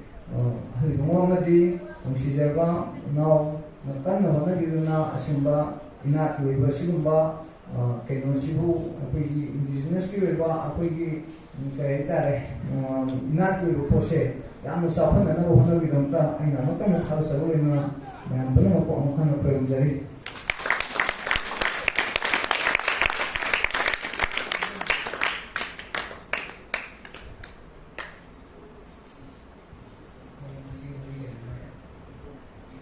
ꯑꯣꯖꯥꯅ ꯋꯥꯍꯩ ꯈꯔ ꯊꯝꯕꯤꯔꯝꯕꯒꯤꯗꯃꯛ ꯑꯣꯖꯥꯕꯨ ꯑꯃꯨꯛꯀ ꯍꯟꯅ ꯊꯥꯒꯠꯆꯔꯤ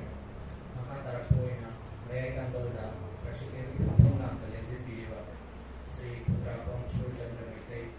ꯗ Meitei indigenous Thangta and cultural ꯏꯟꯁꯇꯤꯇ꯭ꯌꯨꯠꯀꯤ ꯗꯤꯔꯦꯛꯇꯔ ꯑꯣꯏꯕꯤꯔꯤꯕꯕꯨ ꯊꯧꯔꯝ ꯑꯁꯤꯒ ꯃꯔꯤ ꯂꯩꯅꯅ ꯋꯥꯍꯩ ꯈꯔ ꯊꯝꯕꯤꯅꯕꯒꯤꯗꯃꯛꯇ ꯅꯤꯡꯁꯤꯡꯖꯔꯤ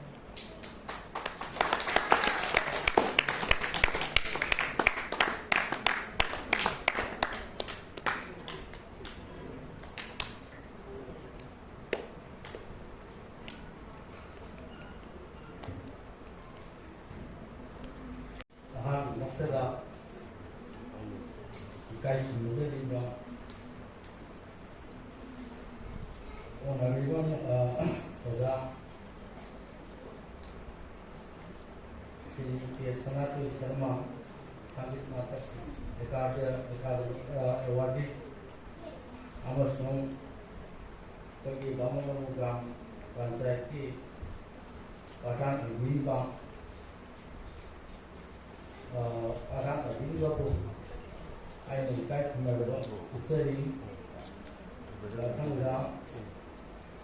रिसिपान खुंबती किट प्रोडक्शन कोंगी कभी इकाई खुंबजरिया श्रीमती कुंजपति इबेनाबु सुवाइना इकाई खुंबा इचरी अमसों इतासीगीदमक्ता बातोन कचरो हुदालेंगिरेबा आयु उपयाबा अमसों मरमपा यामबा इलाव पुरुमको आइना फंक्शन असी लापिबीदमक्ता आइन तोमन खुरमजरी थांगागी मरमसिददी आइना गांदसी यारबने समहारबदा संगीत नाटक अवार्डी ओजा सनातोइना यामना लाइक चुमना अरामते यावददा मयाम ताकपीगरबनी अदु आइगी साइडगिसु खतंग नमसो खरदं आई फुंदोकसगे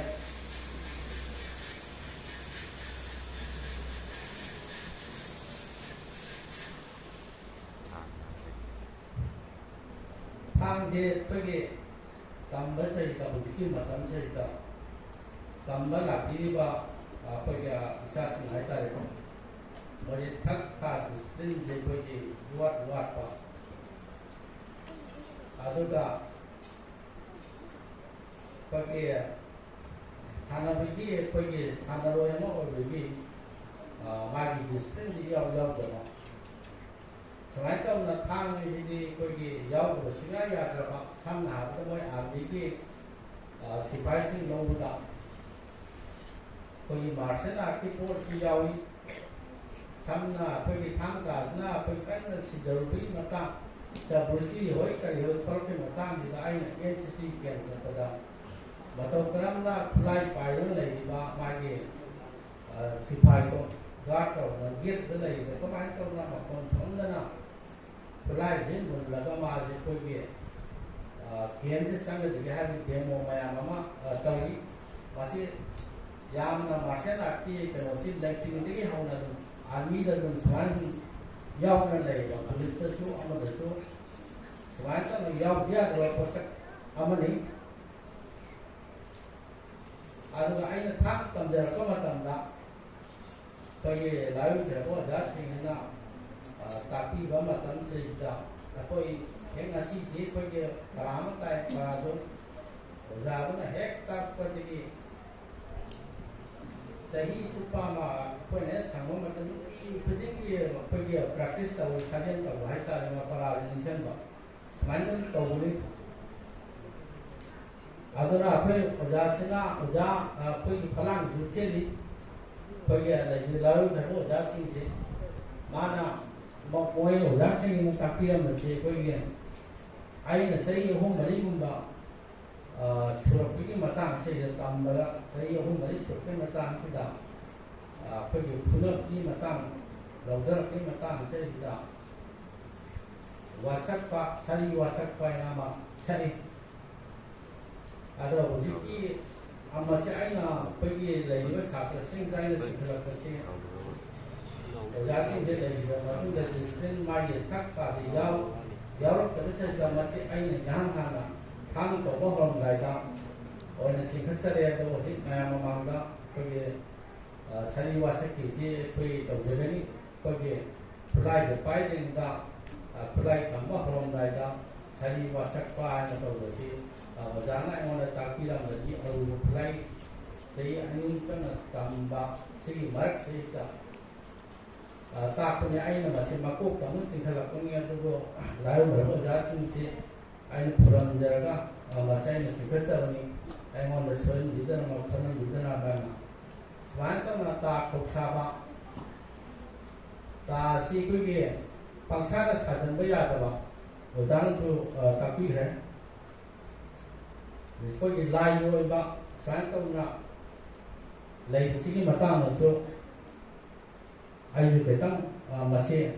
ꯄꯟꯖꯍꯧꯒꯦ ꯂꯝ ꯑꯁꯤꯒꯤ ꯌꯦꯜꯂꯣꯡꯉꯩꯗꯒꯤ ꯍꯧꯅ ꯊꯥꯡ ꯇꯥ ꯄꯨꯡ ꯏꯁꯩ ꯖꯒꯣꯏ ꯍꯥꯏꯕꯁꯤ ꯐꯤꯕꯝ ꯐꯤꯔꯦꯞ ꯍꯣꯡꯂꯣꯟ ꯈꯨꯂꯣꯟ ꯇꯟꯖꯥ ꯃꯤꯠꯌꯦꯡ ꯅꯥꯌꯦꯡꯗ ꯑꯃꯒ ꯌꯥꯝꯅ ꯅꯛꯅꯕ ꯃꯔꯤ ꯂꯩꯅꯩ ꯀꯅꯥꯒꯨꯝꯕ ꯅꯤꯄꯥ ꯑꯃ ꯊꯥꯡꯕ ꯃꯇꯝꯗ ꯑꯗꯨꯒ ꯇꯥꯗ ꯁꯨꯈꯪ ꯈꯪꯗ꯭ꯔꯕ ꯑꯗꯨ ꯑꯣꯏꯔꯕꯗꯤ ꯁꯤꯔꯕ ꯃꯇꯝꯗ ꯍꯣꯡꯂꯣꯟ ꯀꯨꯞꯁꯤꯟꯕ ꯋꯥꯏ ꯍꯣꯡꯂꯣꯟ ꯑꯗꯨꯅ ꯊꯥꯡ ꯍꯩꯕ ꯃꯤ ꯑꯌꯥꯝꯕꯅ ꯈꯔꯗ ꯑꯣꯏꯔꯕꯁꯨ ꯇꯥ ꯈꯧꯁꯥꯕ ꯍꯩꯅꯩ ꯑꯗꯨꯒ ꯇꯥ ꯍꯩꯕ ꯑꯣꯖꯥ ꯑꯌꯥꯝꯕꯅ ꯊꯥꯡ ꯍꯩꯇꯕ ꯀꯥꯡꯂꯨꯞ ꯊꯦꯡꯅꯗꯦ ꯑꯅꯤ ꯑꯁꯤ ꯄꯨꯟꯅ ꯍꯩꯇꯕꯗꯤ ꯑꯣꯏ ꯌꯦꯠ ꯁꯨꯗꯕꯒꯨꯝ ꯊꯣꯛꯏ ꯁꯥ ꯂꯥꯟꯗ ꯑꯃꯗꯤ ꯌꯦꯛꯅꯕꯗꯒꯤ ꯃꯁꯥ ꯀꯟꯖꯅꯕꯒꯤꯗꯃꯛꯇ ꯁꯤꯖꯤꯟꯅꯕ ꯃꯔꯝꯅ ꯑꯅꯤ ꯑꯁꯤ ꯊꯥꯅꯕ ꯌꯥꯗꯕ ꯃꯍꯩ ꯑꯣꯏꯅ ꯊꯣꯛꯏ ꯊꯥꯡ ꯍꯥꯏꯕꯗ ꯈꯨꯠ ꯌꯦꯠꯅ ꯊꯥꯡ ꯍꯥꯏꯔꯒ ꯈꯨꯠ ꯑꯣꯏꯅ ꯆꯨꯡꯃꯣꯏ ꯄꯥꯏ ꯅꯠꯇ꯭ꯔꯒ ꯊꯥꯡ ꯑꯅꯤ ꯄꯥꯏꯗꯨꯅ ꯍꯥꯏꯕꯁꯨ ꯆꯠꯅꯩ ꯇꯥ ꯈꯧꯁꯥꯕꯗ ꯈꯨꯠ ꯌꯦꯠꯅ ꯇꯥ ꯄꯥꯏ ꯑꯣꯏꯅ ꯆꯨꯡ ꯄꯥꯏ ꯃꯩꯇꯩꯂꯣꯟ ꯑꯔꯤꯕꯗ ꯇꯥꯕꯨ ꯇꯤꯃꯦꯟ ꯆꯨꯡꯕꯨ ꯃꯔꯣꯡ ꯀꯧꯏ ꯇꯥ ꯍꯥꯏꯕꯁꯤ ꯌꯦꯛꯅꯕꯗ ꯊꯦꯡꯅꯅꯕ ꯃꯆꯤꯟ ꯇꯨꯝꯕ ꯌꯣꯠꯅ ꯁꯥꯕ ꯈꯨꯠꯂꯥꯏ ꯑꯃꯅꯤ ꯃꯈꯣꯛ ꯌꯥꯝꯅ ꯁꯥꯡꯏ ꯁꯤꯖꯤꯟꯅꯐꯝꯒꯤ ꯃꯇꯨꯡ ꯏꯟꯅ ꯃꯁꯛ ꯃꯑꯣꯡ ꯇꯣꯉꯥꯜꯂꯤ ꯑꯗꯨꯒꯤ ꯊꯥꯕꯜ ꯇꯥ ꯃꯍꯥꯔꯥꯖꯒꯤ ꯊꯥꯕꯜ ꯆꯠꯄꯗ ꯍꯥꯏꯒꯥꯔ ꯆꯠꯄ ꯍꯥꯏꯇꯥꯔꯦ ꯁꯒꯣꯜ ꯇꯣꯡꯕ ꯂꯥꯟꯃꯤ ꯄꯥꯏꯕ ꯇꯥ ꯇꯥꯄꯥꯛ ꯈꯪꯅꯟ ꯇꯥ ꯀꯩ ꯆꯟꯕꯗ ꯀꯩ ꯐꯥꯕꯗ ꯁꯤꯖꯤꯟꯅꯕ ꯂꯝꯕꯨ ꯃꯁꯤꯒꯤ ꯇꯥ ꯑꯇꯩꯗꯒꯤ ꯆꯥꯎꯕ ꯍꯦꯜꯂꯤ ꯁꯥꯃꯨ ꯐꯥꯕꯗ ꯁꯤꯖꯤꯟꯅꯕ ꯇꯥ ꯂꯥꯡꯁꯣꯠ ꯁꯨꯃꯥꯏꯅ ꯇꯧꯗꯅ ꯆꯨꯡ ꯑꯃꯁꯨꯡ ꯆꯤꯡꯒꯣꯏ ꯑꯁꯤꯅ ꯌꯦꯡꯅꯕꯅ ꯐꯨꯔꯛꯄ ꯊꯦꯜꯂꯛꯄ ꯌꯥꯔꯛꯄ ꯃꯇꯝꯗ ꯍꯛꯆꯥꯡ ꯊꯣꯛꯇꯅꯕ ꯉꯥꯛꯊꯣꯛꯄꯗ ꯁꯤꯖꯤꯟꯅꯩ ꯊꯥꯡ ꯇꯥ ꯑꯁꯤꯕꯨ ꯍꯛꯆꯥꯡ ꯉꯥꯛꯊꯣꯛꯅꯕꯗꯁꯨ ꯁꯤꯖꯤꯟꯅꯩ ꯍꯥꯏꯕꯕꯨ ꯃꯔꯨꯑꯣꯏꯅꯗꯤ ꯃꯤꯉꯣꯟꯗ ꯌꯥꯟꯕ ꯊꯤꯟꯕ ꯃꯤꯕꯨ ꯁꯣꯟꯕꯗ ꯁꯤꯖꯤꯟꯅꯩ ꯊꯥꯡ ꯇꯥꯗ ꯅꯠꯇꯅ ꯄꯨꯡ ꯏꯁꯩ ꯑꯁꯤꯕꯨ ꯍꯣꯡꯂꯣꯟ ꯈꯨꯂꯣꯟ ꯍꯣꯡꯐꯝ ꯆꯣꯡꯊꯣꯛꯄ ꯆꯣꯡꯁꯤꯟꯕ ꯐꯤꯕꯝ ꯐꯤꯔꯦꯞ ꯃꯤꯠꯌꯦꯡ ꯃꯥꯏ ꯀꯌꯥ ꯑꯃꯒ ꯃꯥꯟꯅꯕ ꯀꯌꯥ ꯌꯥꯎꯏ ꯍꯥꯏꯔꯤꯕ ꯊꯥꯡ ꯇꯥ ꯄꯨꯡ ꯏꯁꯩ ꯖꯒꯣꯏ ꯑꯁꯤꯒꯤ ꯍꯧꯔꯛꯐꯝ ꯊꯤꯕꯗ ꯂꯩꯁꯦꯝ ꯅꯣꯡꯁꯦꯝꯒꯤ ꯋꯥꯔꯤ ꯂꯥꯏꯔꯤꯛꯇ ꯇꯣꯉꯥꯟꯕ ꯈꯔ ꯂꯩꯔꯕꯁꯨ ꯃꯈꯣꯏ ꯑꯁꯤꯒꯤ ꯍꯦꯟꯅ ꯅꯛꯁꯤꯟꯅꯕ ꯃꯔꯤ ꯃꯈꯣꯡ ꯎꯕ ꯐꯪꯏ ꯃꯥꯡꯕ ꯄꯨꯝꯕ ꯅꯥꯏꯗꯕ ꯁꯤꯗꯕ ꯂꯥꯏ ꯇꯤꯡꯕꯣꯛꯅ ꯃꯆꯥ ꯑꯇꯤꯌꯥ ꯁꯤꯗꯕꯨ ꯂꯩꯄꯥꯛ ꯁꯦꯝꯃꯨ ꯍꯥꯏꯅ ꯁꯤꯊꯔꯛꯏꯕ ꯀꯥꯞꯐꯝ ꯁꯤꯔꯛꯄꯅꯦꯕ ꯑꯇꯤꯌꯥ ꯁꯤꯗꯕꯕꯨ ꯃꯃꯤꯡ ꯑꯁꯤꯕ ꯍꯥꯏꯅ ꯀꯧꯈꯤ ꯀꯥꯞꯐꯝ ꯁꯤꯔꯛꯄꯗꯒꯤ ꯇꯥꯏꯕꯪ ꯄꯥꯟꯕꯒꯤ ꯃꯄꯨ ꯁꯤꯗꯕ ꯍꯥꯏꯕꯁꯤ ꯃꯉꯥꯡꯗꯤ ꯅꯣꯡꯊꯥꯡ ꯄꯣꯛꯄꯒꯨꯝꯅꯤ ꯃꯍꯥꯛꯇꯤ ꯅꯨꯄꯤ ꯅꯨꯄꯥ ꯃꯔꯛ ꯑꯣꯏ ꯂꯋꯥꯏꯗ ꯍꯥꯕꯟ ꯂꯩꯔꯒ ꯄꯥꯟꯊꯧꯒꯤ ꯃꯁꯛ ꯑꯣꯏ ꯂꯨꯃꯥꯡꯗ ꯁꯝꯖꯤꯟ ꯆꯤꯜꯂꯒ ꯅꯤꯄꯥꯒꯤ ꯃꯁꯛ ꯑꯣꯏ ꯂꯨꯇꯨꯡꯗ ꯁꯝꯖꯤꯟ ꯂꯩꯔꯒ ꯄꯂꯦꯝꯒꯤ ꯅꯨꯄꯤꯒꯤ ꯃꯁꯛ ꯑꯣꯏ ꯁꯤꯗꯕ ꯂꯥꯏ ꯑꯁꯤꯅ ꯃꯍꯥꯛꯀꯤ ꯍꯛꯆꯥꯡꯒꯤ ꯌꯦꯠꯇꯒꯤ ꯑꯁꯤꯕ ꯑꯣꯏꯗꯒꯤ ꯀꯣꯟꯖꯤꯟ ꯇꯤꯟꯊꯣꯛꯄ ꯃꯥꯡꯗꯒꯤ ꯍꯔꯥꯕ ꯇꯨꯡꯗꯒꯤ ꯂꯩꯔꯨꯛꯄꯣꯡ ꯇꯥꯊꯣꯛꯈꯤ ꯑꯁꯤꯕꯅ ꯑꯁꯤꯕꯗ ꯄꯥꯔꯤ ꯏꯕꯨꯡꯉꯣ ꯅꯪ ꯀꯣꯔꯧ ꯅꯣꯡꯍꯧꯋꯣ ꯂꯩꯁꯦꯝ ꯅꯣꯡꯁꯦꯝꯃꯣ ꯍꯥꯏꯕꯗ ꯑꯁꯤꯕꯅ ꯑꯩꯕꯨ ꯂꯩꯁꯦꯝ ꯅꯣꯡꯁꯦꯝꯃꯣ ꯍꯥꯏꯔꯕꯗꯤ ꯀꯔꯝ ꯍꯥꯏꯒꯗꯕꯗꯣ ꯍꯥꯏꯅ ꯇꯥꯏꯕꯪꯒꯤ ꯃꯄꯨꯗ ꯍꯪꯂꯕꯗ ꯁꯤꯗꯕꯅ ꯍꯥꯏꯈꯤ ꯍꯦ ꯑꯁꯤꯕ ꯑꯩꯕꯨ ꯌꯦꯡꯉꯣ ꯍꯥꯏꯗꯅ ꯃꯌꯥ ꯀꯥꯊꯣꯛꯈꯤ ꯁꯤꯗꯕꯒꯤ ꯃꯅꯨꯡꯗ ꯂꯩꯔꯝꯕ ꯃꯌꯥꯝ ꯑꯗꯨ ꯎꯔꯗꯅ ꯑꯁꯤꯕꯅ ꯌꯥꯝꯅ ꯀꯤꯔꯗꯅ ꯈꯨꯔꯨꯝꯗꯅ ꯃꯌꯥ ꯎꯟꯁꯤꯟꯕꯤꯔꯣ ꯍꯥꯏꯅ ꯁꯤꯗꯕꯅ ꯃꯌꯥ ꯎꯟꯁꯤꯟꯈꯤ ꯁꯤꯗꯕꯒꯤ ꯃꯅꯨꯡꯗ ꯇꯤꯡꯂꯤꯕ ꯁꯤꯡꯂꯤ ꯄꯥꯈꯪꯒꯤ ꯃꯔꯛꯇ ꯌꯦꯛꯂꯕ ꯂꯥꯏꯌꯦꯛꯁꯤꯡ ꯑꯗꯨ ꯌꯦꯡꯅ ꯁꯦꯝꯃꯣ ꯍꯥꯏꯅ ꯇꯥꯛꯄꯗꯒꯤ ꯑꯁꯤꯕꯅ ꯊꯦꯡꯒꯧ ꯁꯥꯗꯨꯅ ꯂꯩꯄꯥꯛ ꯁꯦꯝꯈꯤ ꯍꯥꯏꯔꯤꯕ ꯑꯁꯤꯕꯅ ꯃꯇꯣꯟ ꯁꯦꯝꯕ ꯉꯝꯂꯣꯏ ꯍꯥꯏꯗꯨꯅ ꯃꯉꯣꯟꯗꯒꯤ ꯂꯥꯏꯕꯝ ꯊꯣꯛ ꯄꯨꯊꯣꯛꯈꯤ ꯍꯥꯏꯔꯤꯕ ꯂꯥꯏꯕꯝ ꯊꯣꯛꯁꯤꯡ ꯑꯁꯤꯅ ꯂꯩꯁꯦꯝꯕꯗ ꯊꯦꯡꯒꯧ ꯁꯥꯈꯤ ꯂꯥꯏꯕꯝ ꯊꯣꯛ ꯂꯩꯁꯥ ꯇꯥꯎ ꯅꯣꯡꯁꯥ ꯇꯥꯎ ꯂꯩꯈꯣꯝ ꯇꯥꯎ ꯅꯣꯡꯈꯣꯡ ꯇꯥꯎ ꯃꯔꯤꯅ ꯈꯣꯡꯆꯣꯡ ꯑꯍꯨꯝꯂꯛ ꯆꯣꯡꯅ ꯂꯩꯍꯧ ꯊꯦꯡꯒꯧ ꯁꯥꯈꯤ ꯁꯨꯃꯥꯏꯅ ꯇꯧꯗꯅ ꯑꯩꯈꯣꯏꯒꯤ ꯊꯦꯡꯒꯧ ꯑꯣꯏꯕ ꯑꯗꯒꯤ ꯇꯥ ꯈꯣꯡꯁꯥꯕ ꯑꯗꯒꯤ ꯃꯔꯥꯡ ꯑꯆꯧꯕ ꯍꯥꯏꯕ ꯑꯣꯏꯔꯣ ꯄ꯭ꯔꯃꯥꯟꯗꯅ ꯃꯔꯥꯡ ꯁꯦꯠꯄꯒ ꯍꯥꯏꯔꯣ ꯑꯊꯧ ꯈꯣꯡꯁꯥꯕ ꯑꯣꯏꯔꯣ ꯁꯨꯃꯥꯏꯅ ꯑꯩꯈꯣꯏꯒꯤ ꯁꯥꯔꯤꯕ ꯇꯥꯁꯤꯡꯁꯦ ꯆꯣꯡꯉꯤꯕ ꯇꯥꯁꯤꯡꯁꯦ ꯄꯪꯆꯣꯡꯗ ꯆꯣꯡꯕ ꯌꯥꯗꯕ ꯂꯥꯏꯒ ꯌꯥꯝꯅ ꯃꯔꯤ ꯂꯩꯅꯔꯛꯄ ꯑꯗꯨꯅ ꯑꯩꯈꯣꯏꯅ ꯃꯁꯤ ꯈꯪꯅꯕꯒꯤꯗꯃꯛꯇꯅꯤꯗ ꯑꯩꯈꯣꯏꯒꯤ ꯁꯥꯇ꯭ꯔꯁꯤꯡꯁꯤꯗ ꯉꯁꯤꯒꯤ ꯅꯨꯃꯤꯠ ꯀꯨꯟꯅꯤ ꯆꯠꯊꯔꯤꯕ ꯋꯥꯔꯛꯁꯣꯞ ꯇ꯭ꯔꯦꯅꯤꯡꯁꯦ ꯁꯤ ꯈꯪꯉꯒ ꯃꯥꯒꯤ ꯗꯤꯁꯤꯄ꯭ꯂꯤꯟꯁꯤ ꯂꯥꯛꯀꯅꯤ ꯃꯈꯥ ꯇꯥꯅ ꯊꯦꯡꯒꯧ ꯆꯣꯡꯁꯤꯒꯤ ꯑꯐ ꯐꯠꯇꯒꯤ ꯀꯥꯡꯂꯣꯟ ꯈꯔꯇꯪ ꯍꯥꯏꯖꯒꯦꯕ ꯂꯩꯁꯦꯝꯉꯩꯗ ꯊꯣꯛꯈꯤꯕ ꯊꯦꯜꯒꯤ ꯇꯔꯦꯠꯀꯅꯤ ꯃꯁꯤꯕꯨ ꯂꯥꯏꯔꯝꯗꯒꯤ ꯊꯦꯡꯒꯧ ꯀꯧꯏ ꯂꯩꯁꯦꯝꯉꯩꯗ ꯊꯣꯛꯈꯤꯕ ꯊꯦꯡꯒꯧꯔꯣꯟ ꯇꯔꯦꯠꯁꯤꯗꯒꯤ ꯊꯦꯡꯒꯧꯔꯣꯟ ꯀꯌꯥ ꯄꯨꯊꯣꯛꯈꯤ ꯊꯦꯡꯒꯧꯔꯣꯟꯁꯤꯡꯒꯤ ꯃꯅꯨꯡꯗꯒꯤ ꯇꯝꯕ ꯌꯥꯕ ꯌꯥꯗꯕ ꯑꯩꯅ ꯍꯧꯖꯤꯛ ꯍꯥꯏꯖꯒꯦ ꯑꯁꯤꯅꯆꯤꯡꯕ ꯇꯝꯕ ꯇꯥꯕꯁꯨ ꯊꯦꯡꯒꯧꯒꯤ ꯅꯤꯡꯊꯧꯒꯤ ꯁꯅꯥ ꯌꯥꯊꯪ ꯂꯧꯔꯒ ꯇꯝꯅꯩ ꯊꯦꯡꯒꯧ ꯇꯝꯒꯗꯕ ꯃꯐꯝꯁꯤꯡꯗꯤ ꯍꯥꯏꯗꯤ ꯑꯩꯈꯣꯏꯒꯤ ꯁꯤꯗꯩꯗ ꯊꯦꯡꯒꯧꯗꯤ ꯇꯝꯕ ꯌꯥꯗꯦ ꯑꯗꯒꯤ ꯃꯐꯝ ꯑꯃꯗ ꯇꯝꯕ ꯌꯥꯗꯦꯕ ꯊꯦꯡꯒꯧ ꯍꯥꯏꯔꯤꯕ ꯄꯣꯠꯁꯦ ꯊꯦꯡꯒꯧꯁꯤꯗꯒꯤꯅꯦꯕ ꯑꯩꯈꯣꯏ ꯉꯁꯤ ꯋꯥꯛꯁꯣꯞ ꯇꯧꯔꯤꯕ ꯇꯥꯕ ꯂꯣꯟꯁꯤ ꯂꯥꯛꯏꯁꯦ ꯇꯝꯒꯗꯕ ꯃꯐꯝꯁꯤꯡꯗꯨꯗꯤ ꯍꯩꯕꯣꯛꯁꯤꯡ ꯂꯥꯂꯥꯡꯄꯨꯡ ꯂꯥꯡꯀꯣꯜꯁꯤꯡ ꯂꯝꯐꯦꯜ ꯅꯣꯡꯄꯣꯛ ꯂꯩꯍꯧ ꯇꯥꯛꯌꯦꯜꯅꯤ ꯃꯐꯝꯁꯤꯡ ꯑꯁꯤꯗꯒꯤ ꯇꯝꯕ ꯍꯧꯒꯗꯧꯅꯦꯕ ꯊꯦꯡꯒꯧꯁꯦ ꯑꯩꯈꯣꯏꯅ ꯊꯦꯡꯒꯧꯁꯤ ꯁꯥꯅꯤꯡꯉꯦꯅ ꯄꯪꯁꯥꯗ ꯁꯥꯕ ꯌꯥꯗꯕ ꯍꯧꯖꯤꯛ ꯑꯩꯈꯣꯏꯅ ꯇꯧꯖꯔꯤꯕ ꯋꯥꯛꯁꯣꯞꯇ ꯇꯝꯂꯤꯕ ꯑꯩꯈꯣꯏꯒꯤ ꯇꯥ ꯈꯣꯡꯁꯥꯕꯒꯤ ꯃꯔꯣꯟꯁꯤꯡꯁꯤ ꯍꯥꯏꯔꯤꯕ ꯂꯥꯏꯒꯤ ꯑꯣꯏꯕ ꯊꯦꯡꯒꯧꯁꯤꯡꯁꯤ ꯁꯤꯗꯒꯤ ꯆꯥꯏꯊꯣꯔꯛꯄ ꯍꯥꯏꯇꯥꯔꯦ ꯁꯨꯃꯥꯏꯅ ꯇꯧꯗꯅ ꯇꯧꯖꯕꯅꯤ ꯑꯗꯨꯅ ꯉꯁꯤꯒꯤꯗꯤ ꯁꯤꯒꯤ ꯃꯇꯥꯡꯁꯤꯗ ꯑꯣꯖꯥ ꯁꯅꯥꯊꯣꯏ ꯑꯁꯤ ꯌꯥꯝ ꯃꯔꯤꯛ ꯆꯨꯝꯅ ꯍꯥꯏꯕꯤꯈ꯭ꯔꯦ ꯑꯗꯨꯅ ꯑꯩꯍꯥꯛꯀꯤꯗꯤ ꯋꯥꯐꯝ ꯁꯤ ꯈꯤꯇꯪ ꯍꯥꯏꯔꯒ ꯃꯌꯥꯝ ꯄꯨꯝꯅꯃꯛꯄꯨ ꯑꯩ ꯈꯨꯔꯨꯝꯖꯔꯤ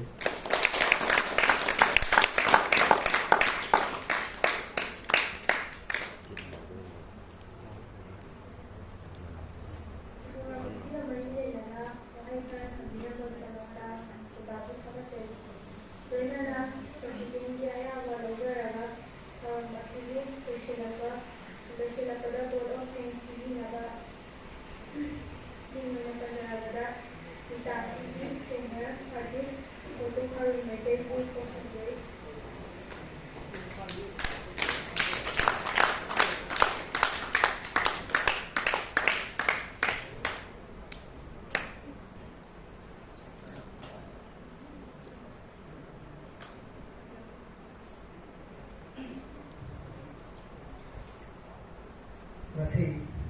Junggi tak puteruk Inyangi pun nalipan ituanba Lumadi nulit dari nawa Tuhan Sida Mitasina Nulit pun ni sana Kata deraga Lapor mausok dong perasan Kawin dong sarang hai dan Tuan jawab Dosen pangsa masibu Yawi yo hai dan Haram Yambira kuna Pangsa masibu yawi diba Ikai pun dapat tematik cara Si guest president Besok mana Amadi kedok na din Kahit na matematik siya ang mga guru halaman amati sa akin na halo kahit pa naman ako kita sige na kayo din pagkat puputok sa rin amati parang may day na sulit pa naman siya. Thank you.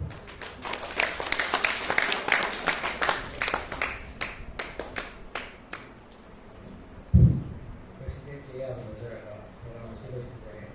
makatara pada konsep program di Mahamina replacement mana ini cara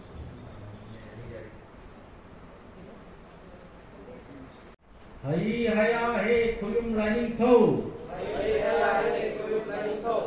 Malen tarung pan bagi mapuwo Thawai yati pingam pa Jingu sana na kong khada Tarung nasu oiwa ikoina Tayum tang de ikok katna Lain thau tauron nai sida babu Hanna punen jariye Thang tagi ei kambadi Kokpa hingba siba Lampi ohmi kangon kambani harase Taibang nasu oibana kaujeroi Thang tana inapni Inatagi lengangon lakpani Lengak di lesen londegi lakpani Lesen londi thegolongi manung chandra laibani Lai di lesen londi warise Nasu aikoi kaujeroi Thang tagi ihei asi tambada Ipanat ipunaki gutlam set Taksi kasi ngakjagani haina Sari wasak asi sakjariye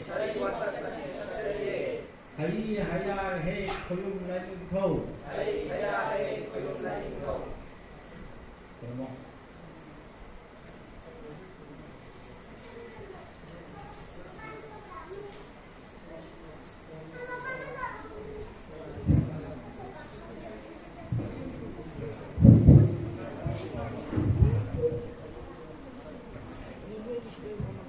Minta izin kami bersarot participate kami kita uliba minta sigi artis nunggi M Martin T.S. Transit T. Sona N. Division amat LBP kami asi kami bersarot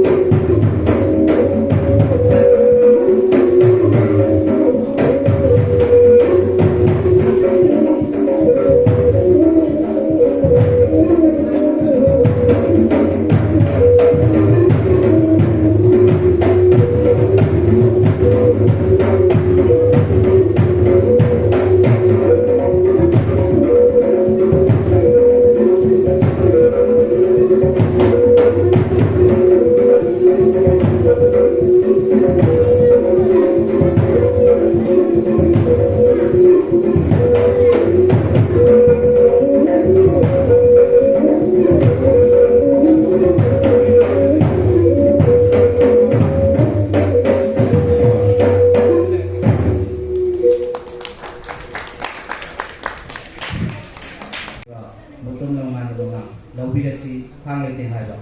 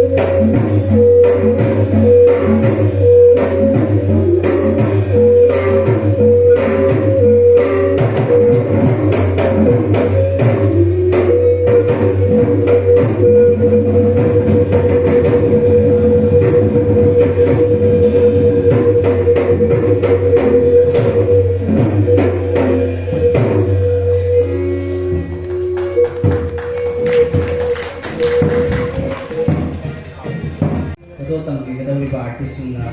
Kirinita, M. Sofia, Menika Moranken, M. Aleka, Amadipiria, Tudol Tamsari, Hangapun Bahaya.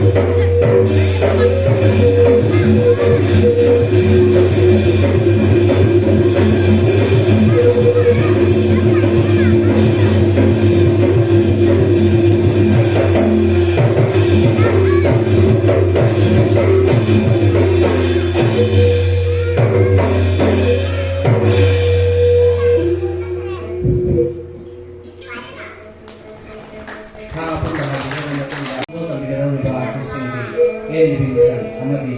K. Biswanath Laubi asi thangjaloni yanaba